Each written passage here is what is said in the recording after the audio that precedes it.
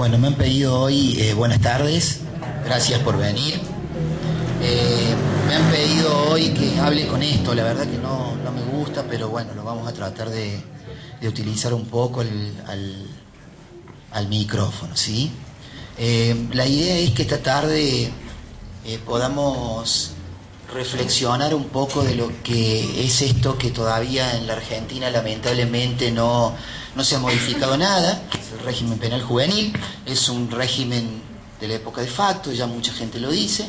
El régimen penal de la minoría, así se lo sigue llamando a través de la ley 22.278, es una ley de la época de facto, así que en definitiva no se ha modificado nada desde el año 80 hasta aquí, hasta esta época.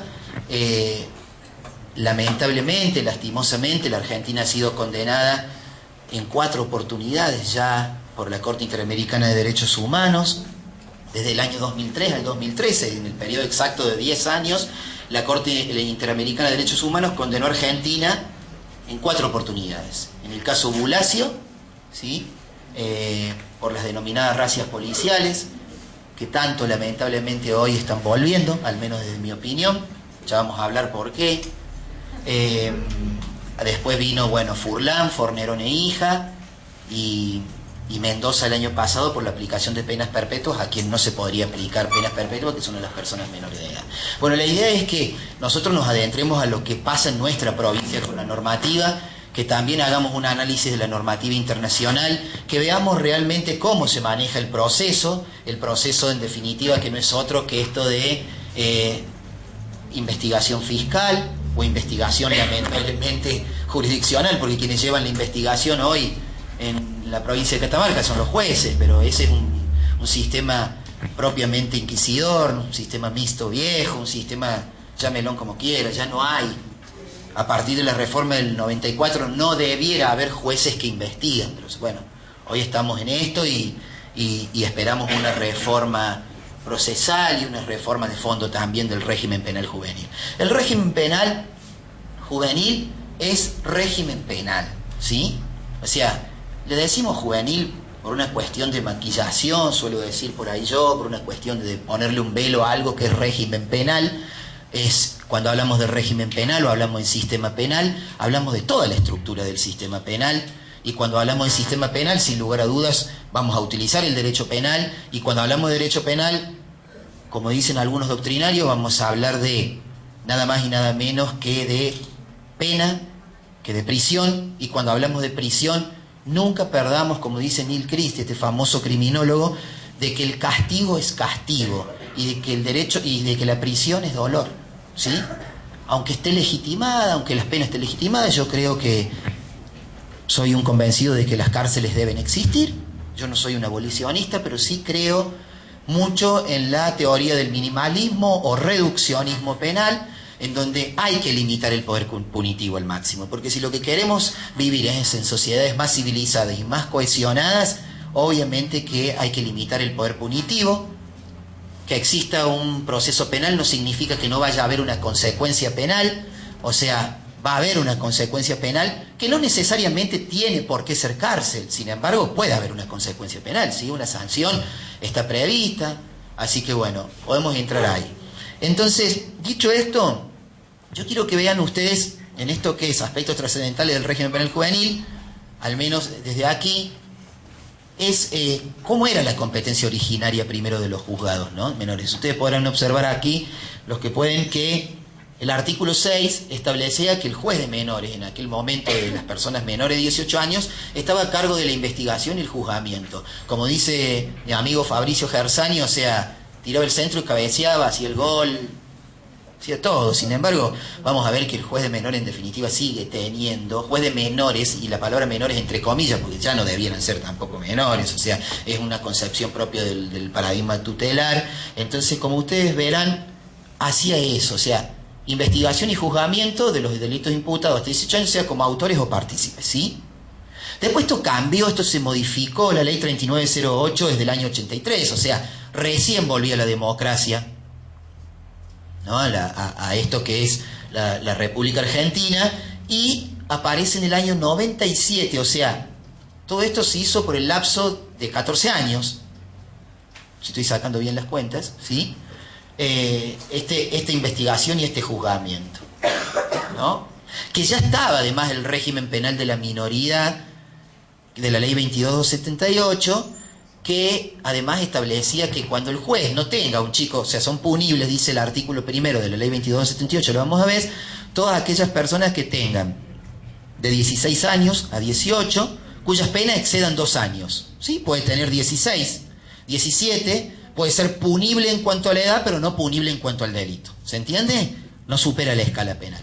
La mayoría de los delitos del Código Penal son escarcelables, sin embargo la escarcelación, que es propia de los códigos procesales, ¿no? Y no como por ahí allí se intenta confundir a la gente, que con un nuevo código, con lo que sea, se va a escarcelar. No, la escarcelación es propia de los códigos procesales, no del código de fondo, ¿sí? Entonces, la mayoría de los jóvenes debieron recibir un régimen distinto. Además, deben responder en forma distinta, no porque sean menores de edad, sino porque simplemente están en proceso de formación, en proceso de desarrollo, y no pueden responder de la misma forma que los adultos. Entonces, cambia en el año 97 por ley 49.008, es la ley, digamos, que en definitiva terminó hasta el día de hoy, hasta esta época, sigue vigente, y dice que en la investigación de los delitos imputados a menores de 18 años, sea como autores o partícipes, corresponde su juzgamiento a los juzgados correccionales y cámaras en lo criminal. Bueno, acá vamos a hablar sin tapujos, o sea, el régimen penal juvenil debe ser especializado, y ya vamos a ver por qué. O sea que esto prácticamente tampoco responde al parámetro de la especialización propia del régimen penal juvenil. Y ya vamos a ver en qué aspecto es la especialización y en qué corresponde. De acuerdo a sus respectivas competencias, debiendo todo lo prescrito proceder de acuerdo al artículo 4, que ya lo vamos a ver al artículo 4 de la ley 22.278. ¿Se entiende hasta ahora? Entonces, la competencia originaria... Sí. Sigue investigando el juez de menores. Sigue investigando el juez de menores. A las cámaras correccionales. O sea, no estamos en el sistema excusatorio y tampoco cumplimos con el principio de especialidad, ¿no? Pero bueno, ya lo vamos a ver a eso. ¿Sí? Yo creo que vamos a ver cómo se contradice la normativa enseguida internacional. ¿Sí? Los que quieran, si quieren pasar acá, pueden utilizar, acá hay 2 sillas, ¿no? Acá hay sillas también, ¿sí? Ya vamos a ver cómo se va, digamos, cuando la normativa internacional necesita está en colisión con la normativa provincial de alguna manera. Y ya vamos a ver por qué. ¿Sabes por qué? Porque este es el corpus juris que nosotros tenemos que manejarnos hoy en el régimen penal juvenil en Argentina. No tenemos una ley de fondo, no tenemos en la provincia ley de forma, y que en algunas provincias tengan ley de forma o adaptadas al régimen penal juvenil, que es un gran avance, tampoco significa que se cumpla con el principio de especialidad. Cuidado con eso, ¿no? La especialidad implica prácticamente un fuero absolutamente diferente, si se quieren, del fuero de los adultos, ¿sí? En todos los sentidos. Entonces tenemos la Constitución Nacional, generalmente partiendo del artículo 18 de la Constitución Nacional, en donde obviamente se habla del debido proceso, el derecho de defensa, que es muy importante en este sentido, y bueno, y todo lo que es el tema de las instituciones, etc. Y el artículo 75, inciso 23, porque los niños, niñas y adolescentes son vulnerables, ¿sí? Están dentro de una categoría de vulnerabilidad y por ende no pueden ser tratados de la misma manera, ¿sí? Necesitan una igualdad real, y para lograr esa igualdad real hay que en definitiva poder cumplir con con acciones positivas que dictar el Congreso, entre ellas dictar una ley penal juvenil. Sin embargo, ¿cuánto hace ya? Entonces tenemos la Convención sobre los Derechos del Niño, huelga decirlo ya que es la convención más ratificada en el mundo, ¿sí? Especialmente para el derecho penal juvenil, artículos 37, ¿sí? 40, tenerlo bien presente eso, 37 y 40 marcan, digamos, lo que es en definitiva el norte que hay que seguir ahí. Allí está todo el debido proceso, en esos artículos, especialmente en el 40, ¿sí? Especialmente en el 40 el debido proceso que hay que cumplir. Entonces, luego tenemos las reglas mínimas de la Naciones Unidas para la Administración de Justicia de Menores, aunque sigan utilizando las reglas y aunque no estén incorporadas al ordenamiento jurídico interno por una ley, son el corpus juris. La Corte Interamericana de Derechos Humanos ha establecido claramente que Este es el corpus juris en materia de régimen penal juvenil. Y por ende los estados deben cumplirlo. Y por ende los estados deben aplicarlo. Y cuando digo estado digo todo, ¿sí? Me refiero a todo. Justicia, poder ejecutivo, poder legislativo, etc. Las reglas de Beijing, las reglas de Beijing son muy importantes porque, bueno, marcan todo lo que es en definitiva o lo que se debe tener en cuenta, en definitiva, para la administración de justicia, ¿sí? Tiene cuestiones muy importantes, como por ejemplo hablar de una policía especializada, y yo la verdad que hoy destaco la presencia de personal policial aquí, que la verdad es muy bueno que participen, porque en definitiva forman parte del sistema penal y del sistema penal juvenil. Las directrices para la prevención de la delincuencia juvenil, bueno, la regla de las Naciones Unidas para la protección de los menores privados de la libertad, muy importante cuando los chicos tienen que cumplir penas privativas de la libertad, ¿sí? De una forma u otra, porque ya vamos a ver que la normativa, bueno, no quiero adelantarme, pero provincialmente la prisión preventiva está prohibida para los jóvenes. Sin embargo, estas normas hablan de prisión preventiva. Entonces, sí, algo hay que aplicarle, ¿no es cierto?, a los chicos punibles. Entonces, creo que la prisión preventiva está vigente, de una forma u otra. Porque si no, sería una utopía, una locura, una hipocresía hablar de prisión preventiva para los adultos, sin embargo los chicos los tenemos en el Santa Rosa y no es prisión preventiva. ¿Y qué es? No sabemos. Por eso el régimen penal es muy eufemístico, ha habido mucho eufemismo y se habla, por ejemplo, de tutela en lugar de pena, ¿no es cierto?, en institucionalización en lugar de prisionización, pero es lo mismo. O sea, privación de la libertad, dicen estos principios y buenas prácticas de las personas privadas de la libertad en la América, que es la resolución 108, ¿sí?, de la Comisión Interamericana de Derechos Humanos, dice claramente que es privación de la libertad todo aquel lugar donde una persona no puede salir por su propia voluntad.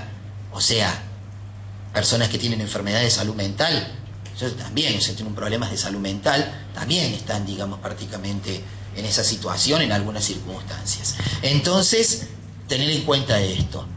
Las reglas mínimas de las Naciones Unidas son muy importantes porque marcan lo que en realidad tiene que hacer la justicia juvenil, que no es nada más y nada menos que hablar, tener en cuenta dentro de un proceso penal, atento a la excepcionalidad de la que rige, ¿no es cierto?, en el régimen penal juvenil, de utilizar la prisión o la privación de la libertad como última ratio, habla de las medidas alternativas, ¿sí?, que son muy importantes, pero para poder llevar adelante medidas alternativas, sin lugar a dudas, también tienen que funcionar las políticas públicas.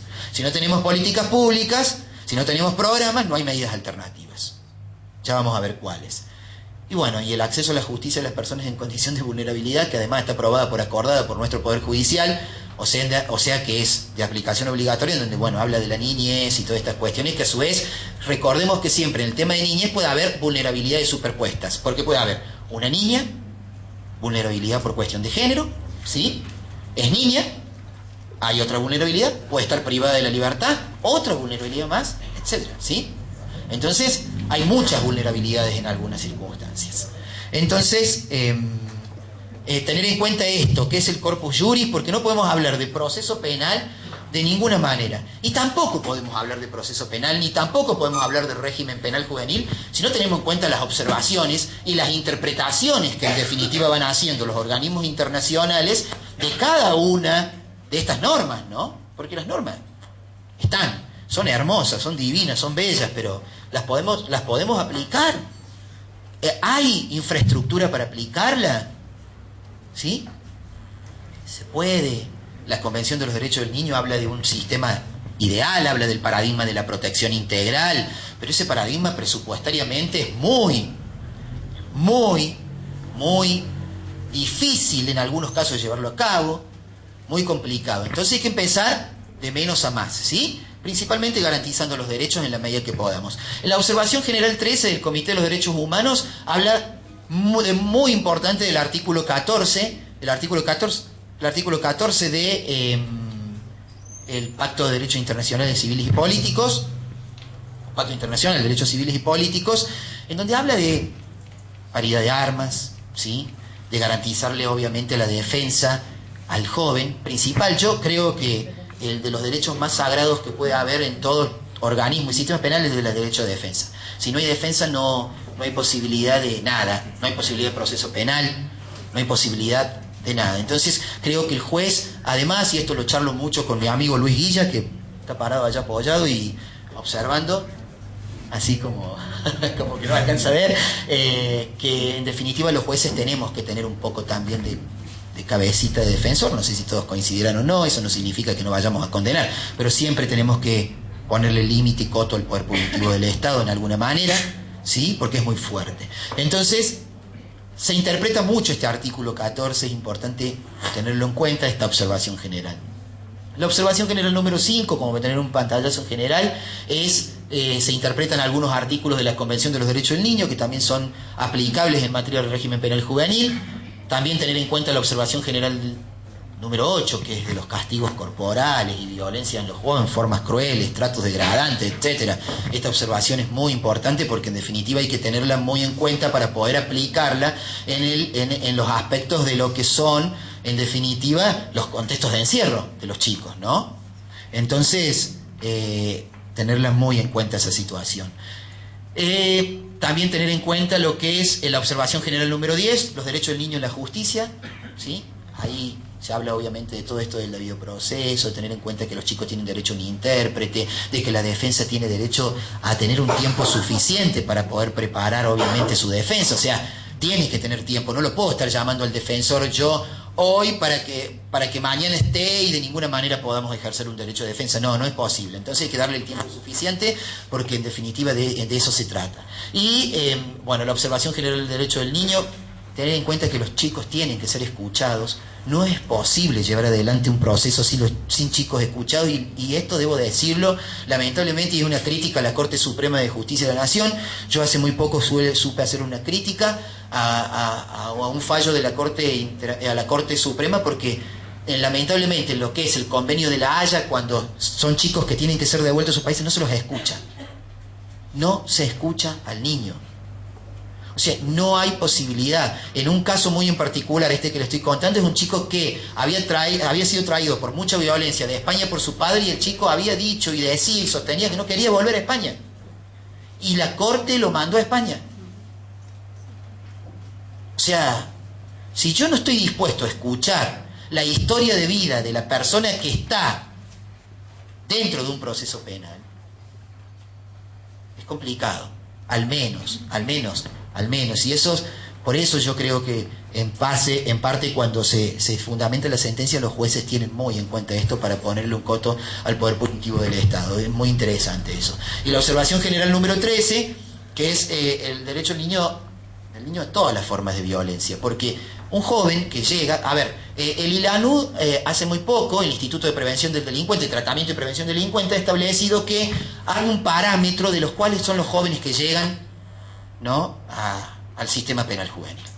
Y generalmente son los mismos: pobres, marginados, con mucha deserción escolar, donde hay familias disfuncionales, o un padre que tiene problemas de alcoholismo, violencia familiar, violencia de todo tipo, ¿no? Donde hay, digamos, en definitiva también madres que se dedican obviamente quizás a la venta de estupefacientes, quizás a la prostitución, ¿sí? Pero generalmente el parámetro más importante es el de la pobreza. El delito es un problema social, y la pobreza como violencia estructural es una de ellas, ¿no? Entonces tener muy en cuenta esta observación general para poder llevar adelante todo esto. La observación finales sobre la República Argentina se la recomiendo, porque la verdad que son dilapidarias. No nos dicen bestia, porque no nos pueden decir eso, pero en parte creo que lamentablemente el país más cruel en materia de infancia es el argentino. Es el único en la región condenado 4 veces. O sea, a mí generalmente me produce mucha bronca, mucha desilusión que Argentina, con sus avances en otros derechos, tenga que haber sido condenada en 4 oportunidades, ¿no? Me parece una locura. La opinión consultiva 1702, que es la de la condición jurídica y derechos humanos del niño, y bueno, las leyes nacionales 22278, decreto ley en realidad 22278, las leyes 23849 que modifican la 26061, que no la podemos dejar de tener en cuenta, las leyes provinciales 3908, 4908, Y finalmente, la nueva Ley Provincial de Protección Integral de Niños, Niñas y Adolescentes, que es la 5357. Todos tenemos que analizar, porque incluso las leyes de protección integral, la 5357, que es la última provincia, habla de privación de la libertad, ¿sí? Habla del derecho a la libertad. Por ende, toca el sistema penal y tenemos que tenerlo en cuenta. Bueno, dicho esto, ahora vamos a empezar a lo interesante. Ahí ustedes tienen una aclaración. No se podrá sustanciar el proceso penal juvenil, me faltó aclarar eso.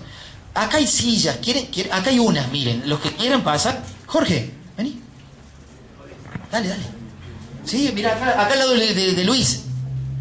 Acá al lado de Luis, mira. Entonces, no se podrá, que no se va a poder sustanciar ningún proceso penal juvenil sin el efectivo cumplimiento de estos principios, que son en definitiva los principios generales, pero son los principios más importantes, ¿sí? Son los principios más importantes. Entonces, tenemos en primer lugar el principio de legalidad. Y acá hay una gran importancia. El principio de legalidad que está en la Convención de los Derechos del Niño, que además está en la Constitución Nacional.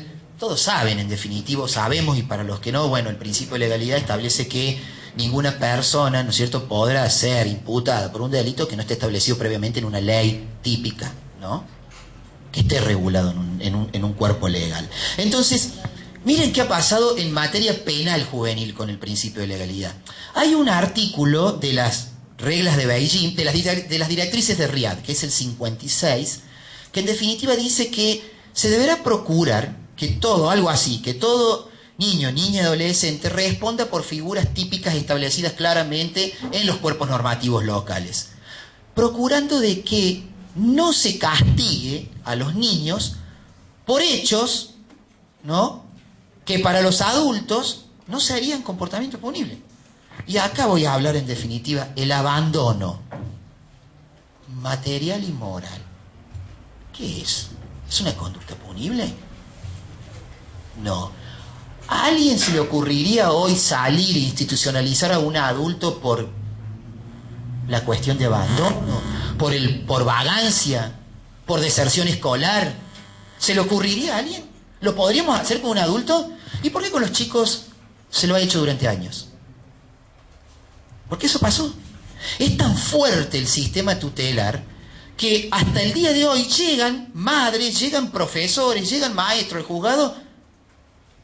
Acá tiene el informe institucional, díselo.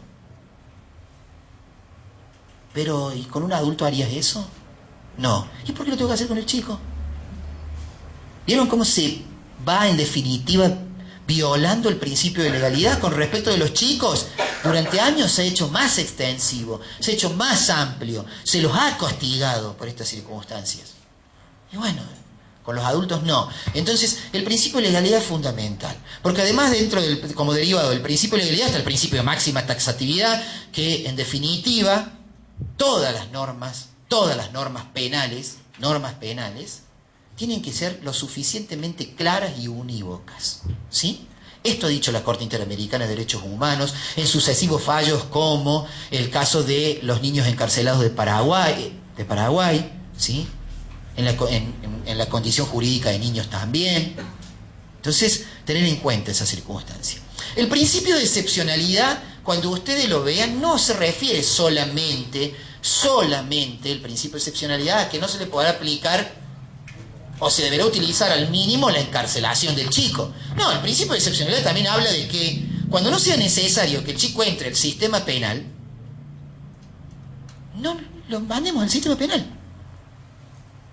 Es así. Bueno, che, pero Doc, mirá, escúchame, hay conductas que son punibles. Bueno, perfecto, sí. Y si acomete una lesión leve y no es punible, ¿tiene que pasar por el sistema penal? No. El sistema de protección integral, el mecanismo, ¿para qué lo toco el sistema penal? Vuelvo a reiterar lo mismo siempre digo. El sistema penal funciona como la parábola del rey Mida. El rey Mida todo lo que tocaba se convertía en oro y se murió pobre. El sistema penal todo lo que toca se convierte en delito y en delincuente en alguna oportunidad. ¿Sí? Porque un chico que se pelea fuera de la escuela, en la vieja escuela, en la nueva escuela, donde el viejo director y el nuevo director, en definitiva decía, bueno, el viejo director llamaba a los padres, se peleaban en el recreo, el profe los llevaba de la oreja, los llevaba a la dirección, llamaba a los papás, lo arreglaban entre los maestros y listo, no había problema. En la nueva escuela dice que hay que llamar a la policía, viene, lamentablemente, el personal policial con capa de superhéroe, porque también la pobre policía tiene que hacer de todo, en definitiva, y entonces viene, lo lleva a la comisaría, lo cita el juzgado de menores, y ya empieza la gente. ¿Al juzgado de menores? Oh, este debe ser un delincuente. Mira vos. Y empiezan los estereotipos, ¿sí? Porque este es un sistema muy estereotipado. ¿O no es así, doctora Rosselló? ¿Sí? Entonces, tener en cuenta el principio ese de excepcionalidad. Entonces, esto implica la excepcionalidad en todo, ¿sí? Y bueno, y cuando haya que aplicar definitivamente lo que es la privación de la libertad como último recurso, ¿sí? Como último recurso. El principio de especialización yo creo que es el eje rector del sistema penal juvenil, el eje rector. Es el más importante de todos. Especialización es de todos. Las normas internacionales, el Corpus Juris Internacional exige, en definitiva, que haya especialización de todo. La Convención de los Derechos del Niño dice: leyes, procedimientos, instituciones, ¿sí? Personal que trabaja en las instituciones, psicólogos, asistentes sociales, jueces, defensores, fiscales, los establecimientos donde se va a ejecutar la sanción que se aplique al joven, todo debe ser especializado, incluso la policía de prevención que trabaje con jóvenes en conflicto con el penal tiene que cumplir con el parámetro de la especialización. Sí, quizás sea una utopía, es muy difícil, es muy complicado lograr una especialización plena, pero hay que ir aspirando a eso. Sin embargo, hoy, como ustedes verán, me parece que es una cuestión que luego podríamos debatir incluso con los muchachos, con la gente de la defensa que está, con los camaristas, nosotros mismos también, de que cuando hay un juzgamiento de un joven por parte de un tribunal que se ocupa de juzgar a los adultos, hay violación del principio de especialidad. Cuando investiga la fiscalía, porque hoy la regla es que la fiscalía, cuando hay un adulto con un menor de edad, intervenga la fiscalía, investigue la fiscalía, hay violación del principio de especialidad. Y me parece, en definitiva, que los únicos que hoy por hoy investigamos y en definitiva que estamos cumpliendo, claro, ¿me entendés? Entonces, creo que hay que adaptar rápidamente esto. El principio de igualdad y no discriminación, en definitiva, los jóvenes tienen que tener todos los derechos porque rige un principio también que es el principio de equiparación. Hoy, mínimamente, los jóvenes deberían estar equiparados a un sistema acusatorio como tienen los adultos, por el sistema de equiparación más un plus, por ser sujeto en desarrollo. Sin embargo, no están ni equiparados al sistema acusatorio y tienen un desplus de derechos porque son menores de edad y porque se los pone constantemente como el mal de males de toda la sociedad, ¿sí? Y eso no pasa en Catamarca, pasa a nivel nacional, que cada vez que hay un hecho aislado se pretende bajar la edad de la punibilidad y no imputabilidad, porque yo creo que un joven de 13, 14, 15 años puede comprender muy bien lo que está bien y lo que está mal, pero por una cuestión de política criminal no es punible. No que no es imputable. Es punible. Si hoy se le ocurriera bajar la edad a los 14 años, serían prácticamente imputables. Entonces, sería una decisión de política criminal. Y el principio de no regresividad, que tanto se jactan muchas veces de decir bajemos la edad de la punibilidad, no es posible. El principio de regresividad establece claramente y que está establecido que no se puede, si bien se pueden ampliar los derechos, no se los puede restringir más. Es más, la Comisión Interamericana de Derechos Humanos, la ONU, ha establecido claramente que Argentina es uno de los países que ha mantenido la edad de la punibilidad y que resalte y que destaque eso. Imaginemos si hoy se nos ocurriera bajar la edad de la punibilidad sumada a las 4 condenas que ya teníamos. O sea, olvidémonos, tengamos los chicos en las Islas Seychelles, en algún lado de eso, y recién lo traigamos acá, ¿me entendés? Porque no podría ser, no sería posible. Así que tener en cuenta estos principios y estas garantías fundamentales antes de iniciar el proceso penal, que son las de juez natural, ¿sí? Recién hablamos un poco de esto. Bueno, juez natural. Bien, presunción de inocencia. Todo el mundo es inocente hasta que se pruebe lo contrario. Y, en definitiva, no es posible, ¿no?, tratarlos los chicos del vamos como se lo ha tratado siempre, primero como culpables y recién vemos si la inocencia. Hay que privar de la libertad, no sé, hay que investigar para privar de la libertad y no privar de la libertad para investigar. ¿Se entiende? Eso sería muy importante que lo tengamos en cuenta. El derecho de defensa, vuelvo a reiterar, el más sagrado de todos, garantizar desde el primer momento el derecho de defensa, aunque muchas veces con estos sistemas, incluso nosotros mismos, y debo ser crítico, se me da culpa, rápidamente es difícil poner en conocimiento, pero bueno, vamos aceitando el tema, ¿sí? Vamos tratando, poniéndole voluntad a este sistema. El principio de contradicción, no recordemos que llevamos un proceso penal como cualquier otra, o sea, los jóvenes tienen derecho también a presentar, a hacer interrogar testigos, a presentar testigos, a estar en constante confrontación con la investigación, ¿sí? A cuestionar, a recurrir, ¿sí? El derecho a ser oído y a participar en el proceso, publicidad y respeto de la vida privada. Lamentablemente, esto es la publicidad y el respeto a la vida privada. Hoy, lamentablemente, por los medios de prensa, con todo el respeto a los periodistas que están presentes, la verdad que no, es imposible. Es más, a mí el viernes me toca dar una charla en el FOPE, donde yo llevo prácticamente, es impresionante cuando vos te podés analizar cómo se violan los derechos de los chicos. Se los nombra con alias y con nombre y apellido. Complicado. Entonces, la duración del proceso, eso tener en cuenta y aplicar todo. El plazo razonable de duración del proceso en materia penal juvenil se tiene que extremar al máximo, ¿sí? Además, la mayoría de los chicos cometen delitos en flagrancia, ¿no? O sea que también debería regularse el sistema, porque tendría que ser un proceso rápido, ¿sí? Rápido. O aplicar medidas alternativas rápidas. La doble instancia y el derecho al recurso también se tiene que cumplir, pero imaginemos que generalmente aquí no llegan causas de menores de edad a recurso de casación, ¿no? Bueno, será que también esto está bueno charlarlo, porque hay pocos juicios y ahora es como que se están mandando muchas causas a juicio también de menores de edad, y bueno, y se los puede responsabilizar penalmente, y bueno, ahí veremos si en definitiva también se garantizan estas garantías. Y bueno, el principio del no bis in idem, que a mí no me gusta decirlo nunca así, sino de la múltiple persecución penal, que está prohibida, y el de la cosa juzgada, ¿sí? Bien, miren esto.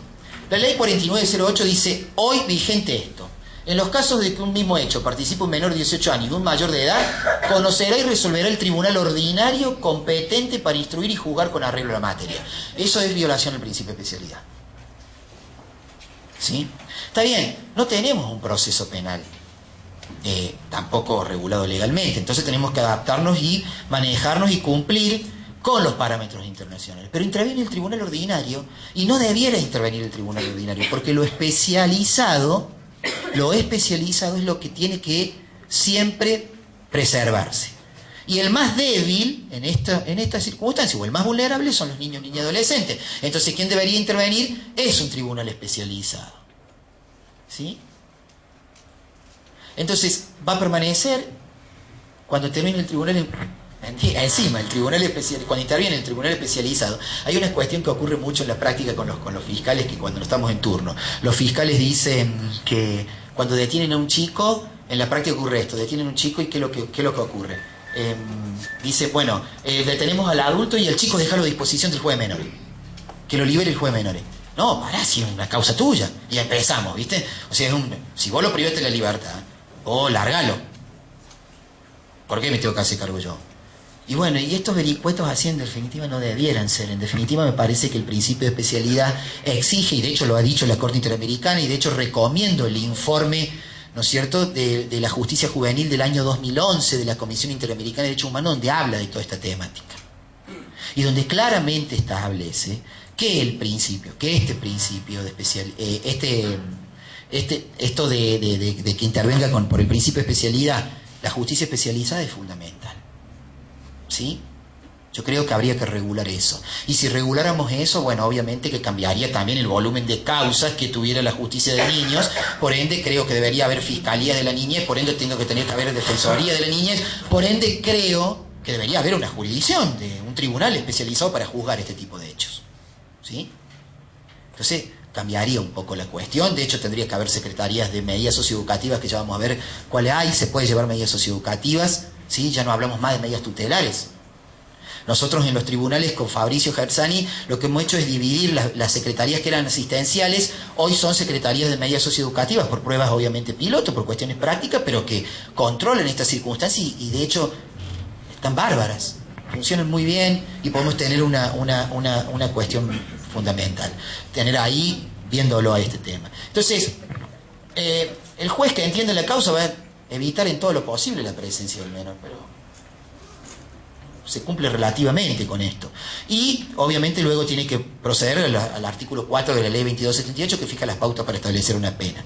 La ley, el artículo 33 de la 4908 cambia esto, agrega que cuando corresponde iniciar un proceso contra un menor de 18 años, el juez de menor y el tribunal de juicio procederán de acuerdo a disposiciones de la ley 2278, que es la que está en constante tensión con los derechos de los niños, ¿no? ¿Sí? La presente ley, que es esta, y el Código Procesal Penal, pero es del año 97.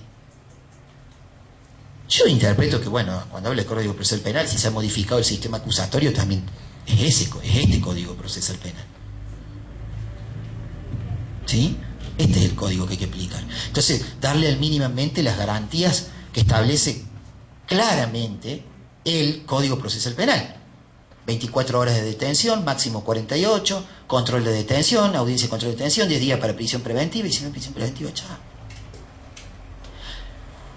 Aplicando el máximo la excepcionalidad, ¿no? Los plazos tienen que ser acotados, pero es el Código Procesal Penal, porque además la Corte Interamericana, porque además la Comisión Interamericana habla del principio de equiparación. Entonces, si yo hoy día no lo equiparara mínimamente el Código Procesal Penal, ¿entendés? Entonces, en la práctica, nosotros los juegos menores tenemos que ajustarnos al máximo para poder decir, a ver, ¿de qué manera no constantemente tensionamos los derechos de los niños?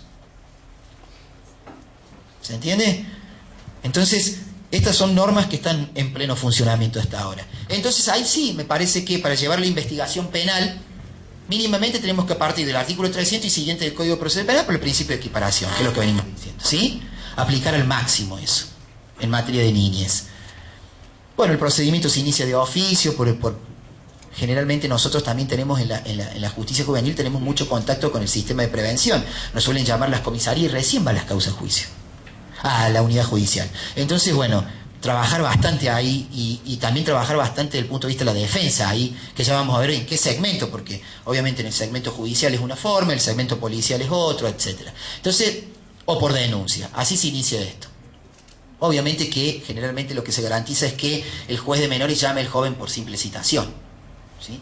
Que es lo que generalmente hacemos, salvo los casos que quedan obviamente excepcionalmente privados de la libertad hasta que se los pueda indagar.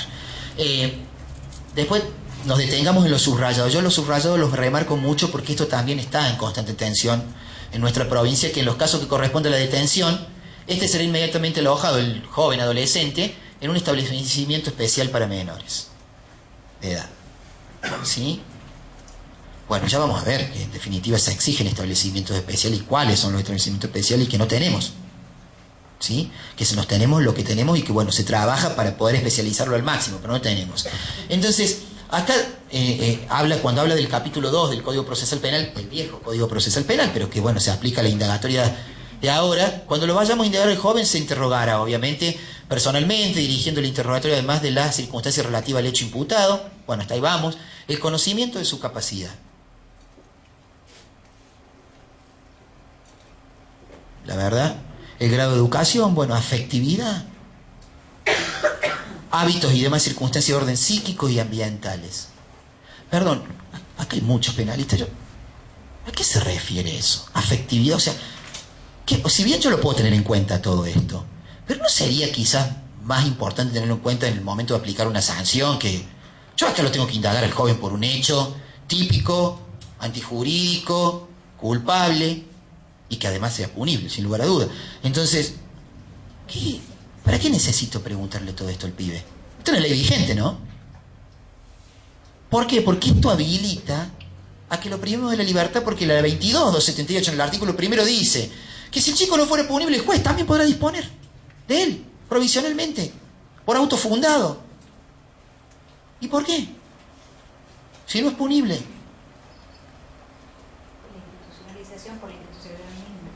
¿Me entendés por qué está tan bastardeado el sistema penal, el sistema de los niños? O sea, te habilita esto. Y deberá participar en la indagatoria bajo pena de nulidad. Perdóname, Sandrita, el asesor de menor está bárbaro. ¿Y el defensor? ¿No tienen defensa los chicos? No, si no, el defensor es nulo, de nulidad absoluta. ¿Me entendés? A mí me parece que se han olvidado de algo. Me parece fundamental el tema de la defensa, está bárbaro, bueno, está el asesor, pero me parece fundamental el tema de la defensa. Y si hubiese abogado o defensor de los derechos del niño, que está creado por ley, también sería bárbaro que estuviera. Miren, ahí está lo que yo les digo. Dice el 37, ¿no? Las disposiciones sobre la prisión preventiva y escarcelación no regirán para los menores de 14 a 18 años. ¿En qué momento lo bajamos a 14? Ley vigente, ¿no? ¿Se bajó la de la punibilidad? No. Bueno. Debiendo proceder el juez de menores a su respecto conforme a lo prescrito por la ley 2278.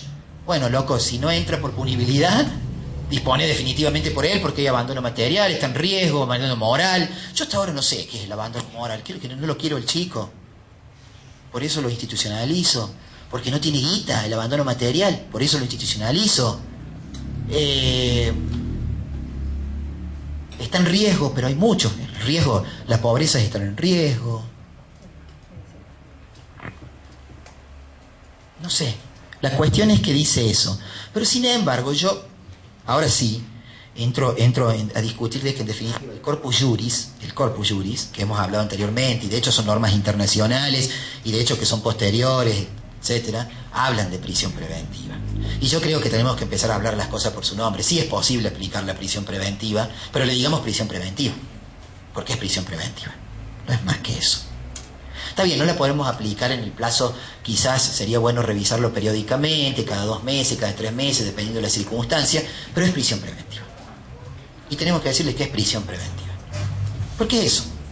¿Sí? Ni nada más ni nada menos. ¿A dónde alojamos a los menores con prisión preventiva? Esa es otra cuestión, porque ya vamos a ver qué tipo de instituto hay. Hay 2 tipos de institutos. Y que los chicos hacen cosas, ¿sí? Hacen muchas cosas, hacen cosas malas, porque no es cuestión de angelizar ni demonizar a los chicos. Los chicos cometen delitos. Y en definitiva, como dice alguien a quien amo yo mucho, a lo hecho pecho. Entonces, en definitiva, ponerle el pecho, ¿sí? Pero llamemos las cosas por su nombre. Entonces, en tales casos se requerirá, si vamos a privar de la libertad, y acá yo digo por qué me parece que la prisión preventiva es en definitiva posible, y ahí donde habla de secretaría asistencial, que ya no está más, creo que tendría que decir, o al menos me parece que el legislador debería evaluar, tener en cuenta esta Secretaría de Medidas Socioeducativas. Crear una medida socioeducativa, porque me parece que en el sistema penal también puede haber un chico con suspensión del juicio a prueba. Sin embargo, hoy no. ¿No? Puede haber medidas de remisión que necesiten ser controladas. Las mismas medidas tutelares que se convierten en medidas socioeducativas, porque imagínate que un chico que a su vez reciba una sanción y que los muchachos lo envíen a nosotros, bueno, a ver quién va a controlar. ¿El juzgado de ejecución debería controlar? Se viola el principio de especialidad. Control el juzgado de menor a través de ¿qué? De la Secretaría de Medidas Socioeducativas, me parece bárbaro. ¿Sí? Incluso la sanción que impongan ellos.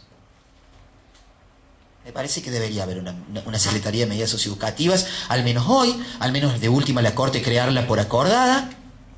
¿Sí? ¿Sí? Crearla por acordada y empezar a funcionar en el control de las medidas alternativas, porque esas medidas alternativas tienen que tener un control. Un control tiene que tener. Y alguien tiene que llevarlo. Como ocurre en el juzgado de ejecución, que bueno, a mí me tocó ser secre y Luis fue muchos años juez de ejecución. Y bueno, y hay uno que controla las probation, otro que controla las condenas de ejecución y la ejecución propiamente dicha. Entonces, tened en cuenta que se le pide todo esto. Miren todo lo que se le pide a la Secretaría Asistencial, que ya no está más. Examen médico psicológico, que versará sobre las condiciones de salud, las enfermedades padecidas por el niño y sus familiares, directo, la diagnosis y el respectivo pronóstico, esto que tanto hablamos con las chicas. Médico psicológico, wow, ¿viste eso del año? Las características psicológicas y una apreciación sobre el destino u ocupación apropiada de su personalidad. Con eso. ¿Me entendés? Entonces, y un estudio socioambiental, bueno, que deberá consignar entre otras circunstancias lo referente a la educación, vivienda, ocupación, situación moral, economía del menor, de su grupo familiar. Bueno, y todo eso que ustedes ven ahí. Entonces, estas son las medidas alternativas que hay que tener en cuenta en el sistema penal, ¿sí? Sistema penal, medidas alternativas, los programas de libertad vigilada, que es la libertad asistida, que no perdamos de cuenta que es libertad vigilada, por ende es privación de la libertad, por ende que puede haber prisión domiciliaria. Cuando hablan de prisión domiciliaria, todos creen que la persona que va a una prisión domiciliaria va a estar así, pero es prisión, ¿sí? Entonces, los programas que funcionan, hoy el programa de libertad asistida funciona en la provincia. Las advertencias y amonestaciones, ve que puede haber una consecuencia penal sin necesidad de que haya un encarcelamiento, ¿sí? Esto está regulado incluso en los códigos de niñez de Latinoamérica, ¿no? Los más avanzados, entre ellos Uruguay, ¿sí? Las reglas de conducta. Los programas comunitarios, yo creo que es muy importante empezar a hablar de programas comunitarios. A ver qué pueden hacer los chicos por la comunidad y qué puede hacer la comunidad por los chicos. Si vamos a hablar de reeducación, reinserción, readaptación y todas las que haya, ¿sí? Empecemos a darle participación a los programas comunitarios, a la comunidad. La comunidad tiene que tener participación. Los programas individualizados de remisión, que no es lo mismo que suspensión de juicio a prueba, ¿sí? Acá en la remisión, cuando hay delitos de poca monta, estos delitos, viste, generalmente de robos simples, etcétera, poder remitirlos en definitiva al organismo administrativo, ¿no? Y bueno, y poder llevarle adelante a través de ciertos programas un control, a través de la oficina socioeducativa, de la Secretaría Socioeducativa, y en definitiva ahí, una vez que dados los parámetros, puede llevar que el juez tenga la posibilidad de sobreseer antes de que la causa obviamente llegue a juicio. Y las sanciones que implican la justicia restitutiva o restaurativa. Nada hay de justicia restaurativa. Ustedes saben que nosotros hemos tenido algunos casos de justicia restaurativa en la justicia. A mí me tocó un caso de un pibe de 5 pibes, siempre lo cuento, ¿no? Se lo conté, 5 pibes que salían de una fiesta de disfraces, ¿no? Allá en la Ocampo arriba, salían bastante, ¿sí? Y entre ellos un remis, se quisieron subir 5, el remisero le dijo, no, 4 muchachos, así, ¿cierto? 4, no, vamos a subir 5, dijeron los pibes. Con tanta mala suerte que el que estaba disfrazado de cowboy sacó una pistola de juguete y le dijo, acá no llevamos a todo, si no se pudre todo. No tenía ni cebita en la pistola, se quiso el remisero, llamó a los demás remiseros y aparecieron todos. ¿Te imaginas los pibes? Y lo engancharon a este. Y si vos te pones a pensar así así rápido, ¿no es cierto? Es una amenaza calificada por el uso de armas. Después digamos si es de juguete, si es lo que... ¿Es una amenaza o no? Sí, y los pibes tuvieron que ir. Y un día yo venía bajando y preocupado, porque yo sabía que los pibes lo habían hecho más por una cuestión de tontero y otra cosa. Venía bajando y me encuentro el remisero abajo del juzgado. Vende perfumes ahí abajo, el que vende perfumes, ¿viste? Y le digo, che, vos sabés que los pibes estos te quieren pedir disculpas y parece que estaría bueno que vos le aceptaras, que los hables si quieres, están los padres, todo, porque pibes tranqui. Bueno, la cuestión es que se pidieron disculpas porque obviamente la mediación, la conciliación es parte de la justicia restaurativa y se terminó el proceso. Pero está bien, quizás que por mucho me van a decir, bueno, pero si vos te circunscribís también, te apegás a la legalidad de la norma. Sí, si yo me apego a la legalidad, yo tengo que llevarla adelante la causa a juicio, no me importa si era de juguete o no, la víctima tuvo temor y no sé cuántas cosas más. Pero se aplicó este sistema de la justicia restaurativa, ¿me entendés? Y es bueno que también se aplique el tema de la justicia restaurativa. ¿Sí, Mario? ¿Dónde esos chicos están entrando en todo? Imagínate que se nos hubiese ocurrido aplicarle una... No, yo creo que también no pasa solamente... A ver, y esto... Con todo el respeto, ya vamos a entrar a hablar de la defensa penal ahora. Con todo respeto, ¿no? Creo que también puede haber normas fabulosas, pero también nosotros, los operadores, tenemos que cambiar un poco también la cabeza en algunas cosas, ¿no? Tenemos que ir adaptándonos también a la realidad, a la vorágine, etcétera. Ahora, todo eso en cuanto a investigación. Vieron que la investigación, si no tenemos antes de pasar a la defensa, algo bien marcado, como el Código Procesal Penal, se complica. Pero es lo que hay hoy en día. Esta es la ensalada que tenemos en el juzgado de niños. Este es el problema que tenemos. Entonces, bueno, aquí entra a hacerse fuerte la defensa. nada más y nada menos que la defensa. Entonces, acá yo pongo esta reflexión, ¿no? Que dice así: su vinculación con el sistema penal es inocultable, pues los jueces de menor intervienen toda vez que el adolescente ha protagonizado o participado en un hecho que encuadra en el catálogo de delitos del Código Penal. Sin embargo, dado que se dice tutelar y no punir, bien, las medidas judiciales acaban imponiéndose con menores niveles de garantías penales, ¿sí? Control de detención, prisión preventiva, ¿no? Que en el caso de los mayores de edad, el proceso acusatorio constitucional no existe, pues el juez de menores actúa de oficio, como el juez de instrucción, y con bajos estándares de defensa se aplican medidas coercitivas provisorias basadas en la peligrosidad. Esto último no tengo en cuenta, no es nuestro caso, ¿eh? Pero esto es lo que pasa en muchos lugares, ¿sí? Y de hecho, cuando vos no tenés una defensa, una asesoría, alguien, un fiscal como juez que te vaya marcando, y puede ocurrir esto. Y de hecho es común que ocurra no porque tengamos mala intención, sino porque muchas veces te desborda la circunstancia, ¿sí? En el teléfono turno, que me llaman de acá, que le tengo que avisar al defensor para que el defensor venga, qué sé yo, para que tenga el primer contacto con el joven, porque así además cumplimos con lo que dice la normativa, es de asistencia jurídica inmediata es ya, el pibe está en la comisaría, loco. Ahí es donde tenés que también estar vos, ¿me entendés? Entonces, es complicado. Y está bueno que estén los chicos que trabajan en la defensoría para que podamos decir, ¿sería posible que todos ustedes de turno vayan a todas las comisarías donde hay pibes? No sería posible. Claro, te imaginas de turno un DF con un... Entonces al máximo podrían ir a 2 comisarías. Pero y de ahí al Instituto Santa Rosa, al Centro de Admisión y Derivación, o sea, hay que regular eso, ¿sí? Es importante que se regule. Bueno, hoy por hoy yo creo que debería haber 9 defensorías. Pero hay 9 fiscalías. ¿Y la paridad de armas? 9 defensorías, mínimamente, porque además el defensor, hoy en la provincia de Catamarca, es defensor de instrucciones, defensor de ejecuciones, defensor de juicio, es defensor de niños. ¿Y la especialidad? Tampoco se cumple la especialidad por el Ministerio Público, ¿eh? Y tampoco desde la jurisdicción. Entonces algo hay que hacer.